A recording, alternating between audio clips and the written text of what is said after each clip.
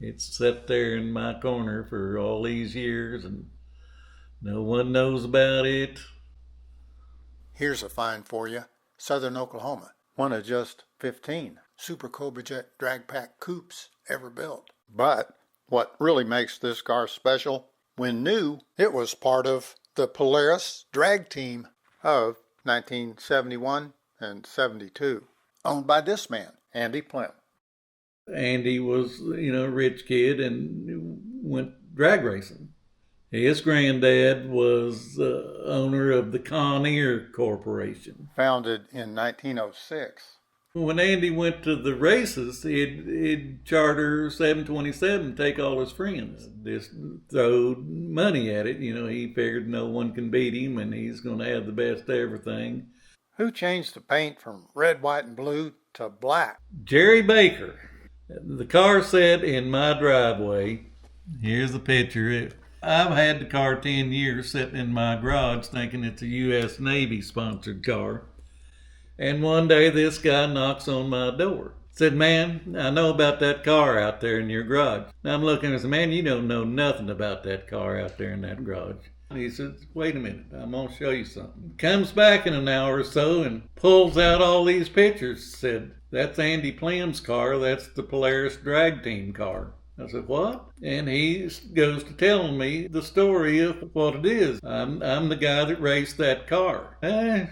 You are? Maybe. I don't know. Maybe you are. And so, he told me about Andy Plim. Hired the Ford performance director, Jerry Baker, that worked there at Detroit. He hired him. I called Andy. Andy, I got this car. Oh, yeah, you got the car. I got all the video. Andy, come on, man. Help a brother out. I got the car. Get me a video. And he just refused.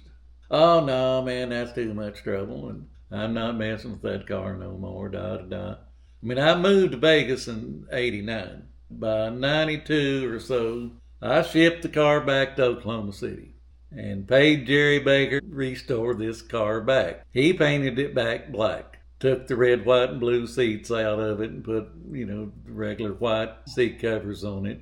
Did you keep the red, white, and blue seats? No, but I do have the material to redo them. Why wouldn't you restore it the way it was raced? I was mad at Andy. Got aggravated at Andy because he wouldn't help me. It's why I did it, I guess. Andy Plim bought it from Allegra Ford, built on December the 6th, 69. It didn't sell until November of 70. This according to what Andy Plim told Tim. However, the Marty report shows September 11th, 1970 as the date it was sold. It sat at Allegra Ford in Chicago for almost a year. Jack Roush led Andy to Allegra to pick up that car because he wanted to have a class-winning race car. You got to wonder why Jack Roush was involved, the icon of American racing. Because if you'll look in this book, Hubert Platt, Fast Forwards of the Georgia Shaker, written by his son Alan Platt, you can read in November 1970, the same month Jack Roush directed them to Allegra Ford to buy that car. Henry Ford pulled the plug on the corporate racing department. The dealership transferred it to the Niles, Michigan Ford dealer, and Andy actually paid the Niles dealer for it. And then the next morning they got up and drove to whether it's Car Crap or Car Corp. That's the first picture of that car when it was brand new. The day after it went to Michigan. Then they making a drag car out of it. And this is it right here? This is some of the pictures? Well, that's just the race car going down the track. Bob Perkins owns the Hubert Platt Match Racer. Where was this Ford drag team car built? Here, check out the little sticker on the door from Car Corporation. That was Ford's race shop there in Detroit, where they did all the maintenance on these cars, the Ford hauler trucks. Upstairs was John Vermeersch's office, and in the basement was Bob Weibel's office, so that they were all in that same building. Holman Moody gets most of the credit, but Car Corporation did a lot of work on these cars. So, In November 1970, was the book really closed on the Ford Drag Team? Or were we about to see a postscript or a sequel? Back to Alan Platt's book, Ford Division continued to support the drag teams, but the end was imminent. By January of 71, the program had ended. I mean, Ford got out of it. Oh, okay. Yeah, that was going to be the Ford, last Ford Drag Team car. Now, have you got paperwork about that? I mean, No. I mean, but now Ford still, it was Muscle Parts sponsored, Autolite sponsored. I don't know if you can see the pictures here. this is On the transporter. And this man, Larry Mihalik, he had worked for Ford's Drag Club. there. It is, right here. You can see on the back it has the Autolite and muscle cars. So Ford put money in this, but they didn't. It wasn't actually a Ford Drag Team car as. Well, the program was over before it ever was ready to go. Okay, and then here's one right here. This is a vintage picture.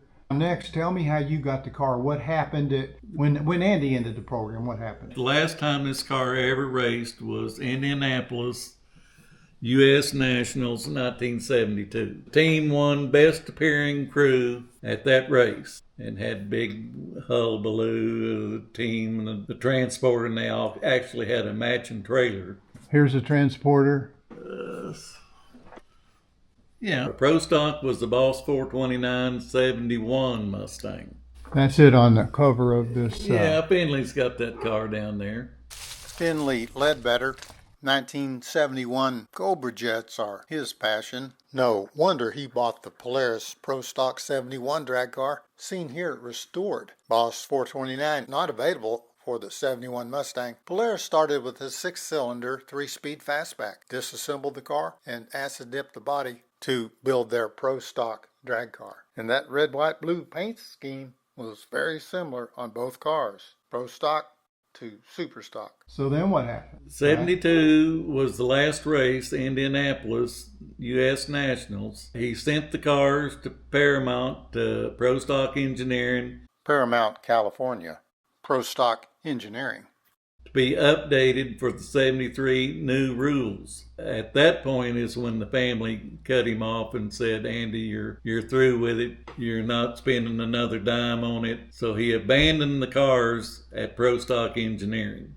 When Ford got out of racing, Paul Bedoin was an engineer. He was working on the muscle parts. He left Ford in 72. But anyway, in my many trips to Paramount, I see this car sitting over in the corner. Just a bare frame, cage, but stripped out Mustang. And then, I'm asking, what's the deal on that? And, well, that's a drag car, that's a super stock car, that's 428 super stock Mustang. Well, I'm actually looking for something like that. Ended up buying Pro Stock Engineering out. Which consisted of what? All of his collection of Ford parts. He had a collection of Ford stuff that choke a horse. Well, it was a building full of them. I bought him out, and included in that deal was this car. He had developed all these parts off of this car. This was his pattern car, and he made all these parts. All the parts that he developed are on this car. Now, I know you wanna see that it's pure stock. This car has been Pro Stockized.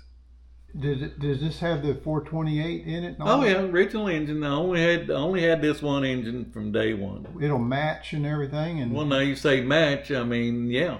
As far as dated right, yeah. 70 Mustang Super Cobra Jet Super Drag Pack 430 Detroit Locker drag car. Now, does it have a serial number stamped on it? No, but it's Super Cobra Jet motor for it. Original core support here.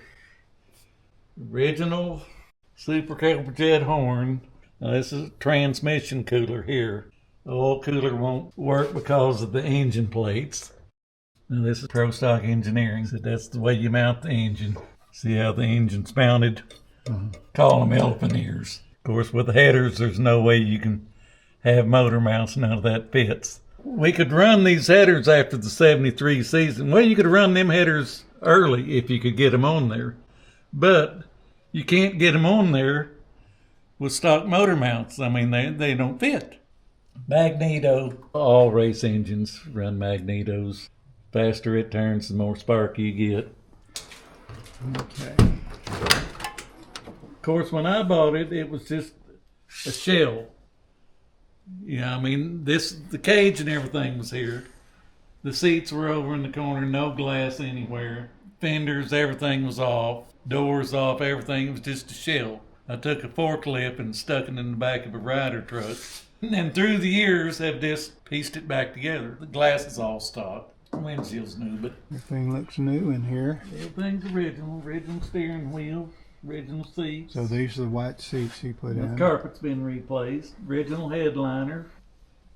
Tack, of course, that's aftermarket, but that's for the Magneto, that special Magneto tachometer. It's got 700 original miles. It sat there on the Chicago dealership for nearly a year before Andy bought it. And then he drove it to Niles, Michigan that Saturday afternoon, and then they rode around Saturday night and Sunday a little bit, then drove to Livonia the next Monday morning, and that's where the 700 miles came from. Now the shifter, Hurst quarter stick. I put that on there. They told me these doors were acid dipped when it was at the race shop in Michigan. They acid dipped the body. I don't know, but it could be. I've had people look at it and say, "Hey, yeah, that was acid dipped." this is your certification label. Yeah, well, of course that's repo. This? Yeah, Would you put that on? yeah.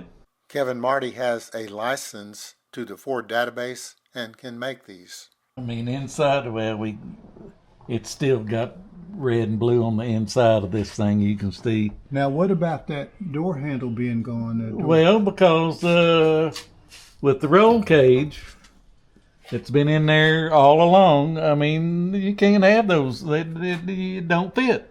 And finally, when I sent this to the race shop in Elgin, Landers Fabrication, I told him, "Hey, you know, I gotta have door handles, you know." So he fixed it up there where at least I got a door handle. Yeah, and you got a little thing up Yeah, there a too. pull handle so I can open and close the door from the inside.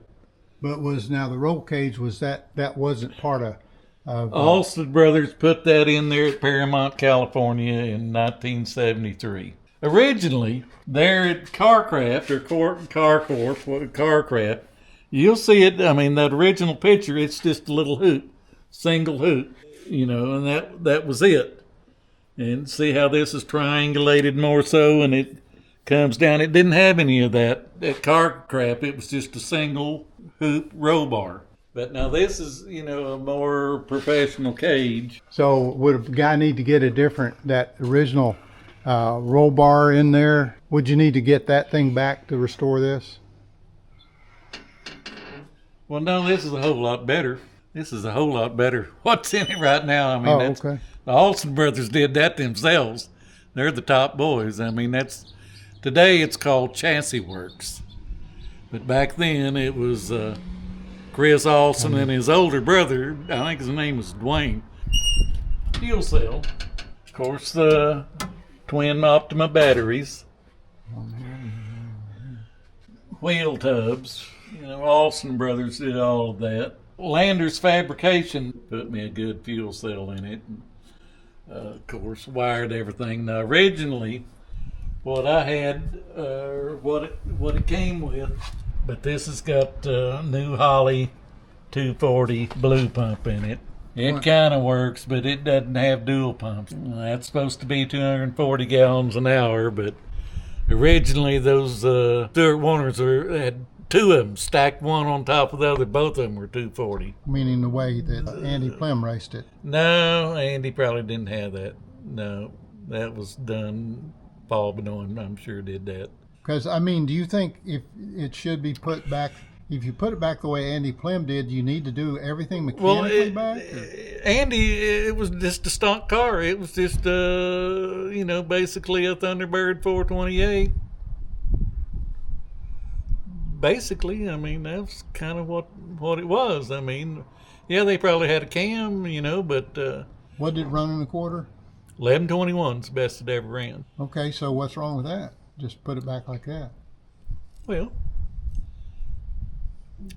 Times have changed. Everybody running faster than that. I mean, this car probably capable of, I don't know, a lot faster. It has not raced an inch since Indianapolis 1972. I get that, but it still was pro stock eyes, like you said. It was all done in that shop. All right, this rear end is one of Paul's rear ends. That rear end in his catalog was $5,000. It's full floater. You can take this little hubcap off, and that axle just pulls straight out. You don't have any C-clips or anything. This cap is what holds the axle in. 35 spline. Now these wheels are monocoque wheels. I mean, it's the 31 spline, Detroit locker, the best case. See, a regular Ford rear end's going to be 54, 56 inches wide. This is maybe 44. Oh. So it's way more narrow. Because see, you got these wheels are 12-inch wide wheels. Originally, these wheels were 15-inch wide, and I sent them back to Bogart and had them redo this. Made them more narrow because they stuck out too far. I didn't like that. So I had them make them where at least they fit inside the fender wells. So these are stock fender wells? No, these are 32-inch tubs. Yeah, these are tubbed. These are 32-inch tubs where you can run 14 by 32s on it. So you would have to alter the body to get it back to pure stock, right? Well, that has probably been altered somewhat. Now, see if you can get down here and look at this. Okay, it's okay. Shut this door. Oh, yeah. This is not Cars and Coffee. Now, what are we looking at now? Well, we're looking at the frame here. Here is the weight jackers, where you can. This is adjustable, where we can slide those weight jackers up and down. There's a screw inside under the back seat, where we can take this height and adjust the weight on the spring. Mm-hmm. Now this spring, you'll notice, is double eye wrapped. You see how this spring here? I mean, these are special pro stock engineering springs. This spring comes over here and it wraps around this way, and then it comes and wraps this way. This spring wraps all the way around on the top, and this wraps all the way around the bottom, where it's double eye wrapped like this. And that eliminates any need for traction bars, where you get that wheel hop is so stiff that it doesn't need any kind of traction device at all. No, originally they just had a little old regular, 5-leaf spring that were half this diameter. And, Mustang, I mean, the first Mustang I ever drove, it didn't matter if it was 6-cylinder, 3-speed. That rear end would shake like a dog. I mean, you've driven old Mustangs, hadn't you? Yeah. You know what I'm talking about, wheel hop? Mm-hmm. Yeah, they all did that. You couldn't stop them. So even the super stocker. All of them, you had to have traction bars. You had to have some kind of device to, stabilize that shaking. So when it was in super stock racing, did it have traction bars back here? Oh yeah, it had J bars on it. Sure, that Cobra jet had J bars on it. Yeah, that's what all of them had. So would it be kind of sacrilegious to take this beautiful engineering here and put it back to that super stock configuration? Well, yeah, because this is unbeatable. I mean, you got weight jackers, you got the ultimate in springs, you got the ultimate in cageability. Of course, drive shaft, 4-inch aluminum all the way with the heavy duty everything. That transmission is bulletproof. I don't know if you got a shot of that transmission. What is the way it's mounted? Yeah, what is it? That's Paul Rossi C6. Originally, they just have a little rubber mount, one little single bolt to hold that transmission in place. Well, that's solid to where, this car is solid. I mean, I can put a jack right here and it jack both tires on this whole side of the car up. That's aluminum tail shaft. The factory Ford Cobra jets all had cast iron tail shaft. girdle on that transmission. You see that girdle on the transmission? Mm-hmm. The transmissions flex and they go out. Uh-huh. It break. They broke transmission, said that was the weakest thing. That's what Jerry Baker told me. So this thing's been all beefed up. That's right, it's been beefed up to where it don't break. You'll probably see some red paint and blue paint here and there on the bottom of this. I'm looking around for it. Oh, here's some. Look at this. That looks white.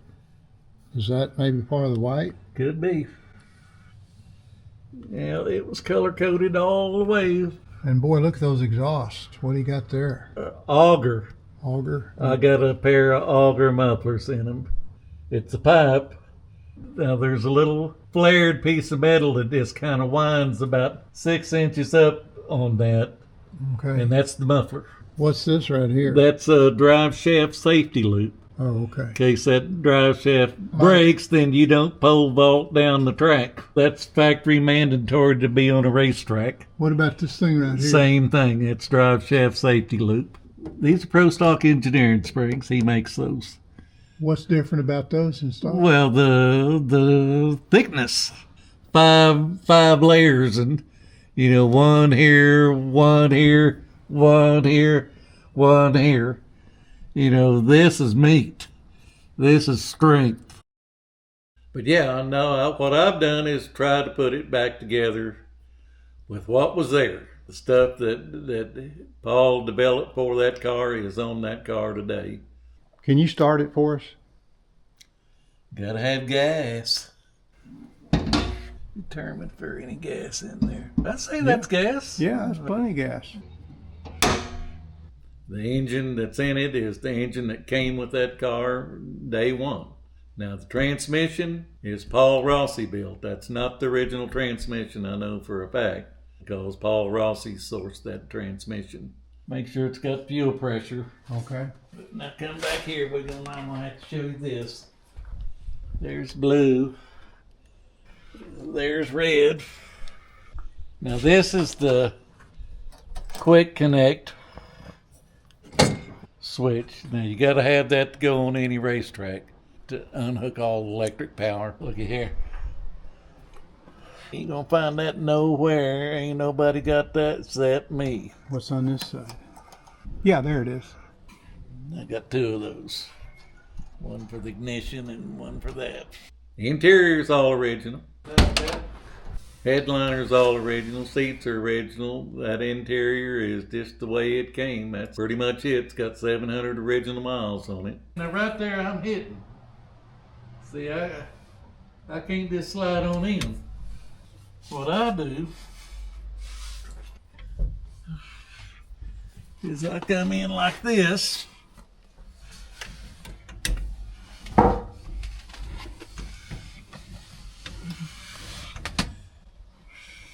Wow.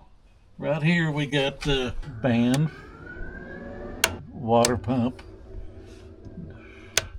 So those you can run, between rounds. You can keep your fan, cool your radiator, circulate your water. Okay, so what would it take now to put it back like Andy Plum raced it?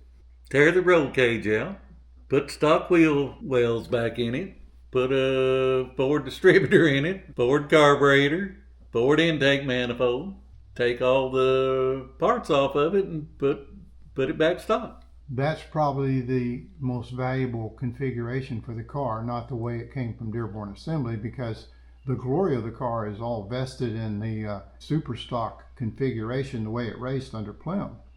Red, white, and blue. Well,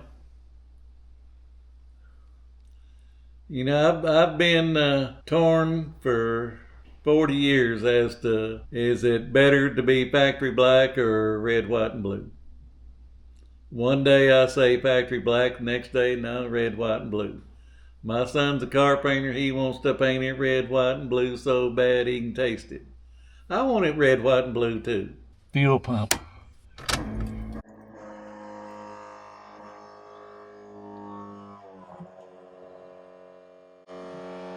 to wait to turn it on.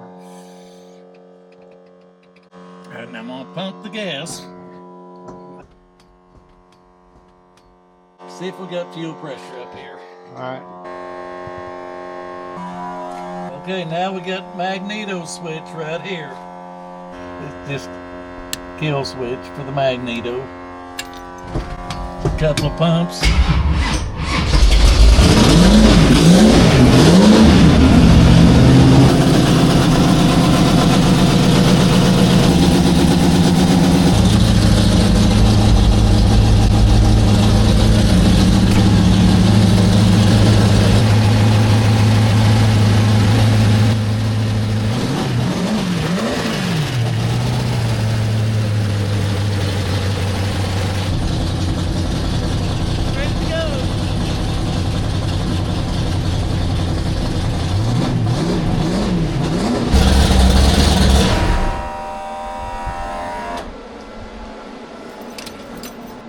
It runs, but not that loud. I mean, it's streetable. You can drive to town, don't you think? Yeah.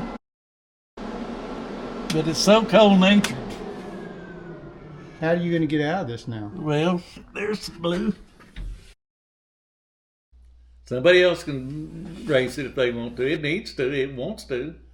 It's raring to go. It's wanting to run bad. I don't want to sling gravel on it. I don't want to sling hot tar on it. I don't want to do that to it. But now somebody, they can, but can't do that no more. And the way it is with the single 4-barrel, you can just do whatever you want to do with it. I'd like to have it red, white, and blue. I'd keep the shaker on it. Go to town red, white, and blue. This is the original uniform for the drag team. This is what they won all the awards with. That's Jerry's shirt, pair of the pants. That's amazing. Now, where did you get that? Jerry Baker gave that to me. So that's Jerry's uniform. The man that knocked on Tim's door.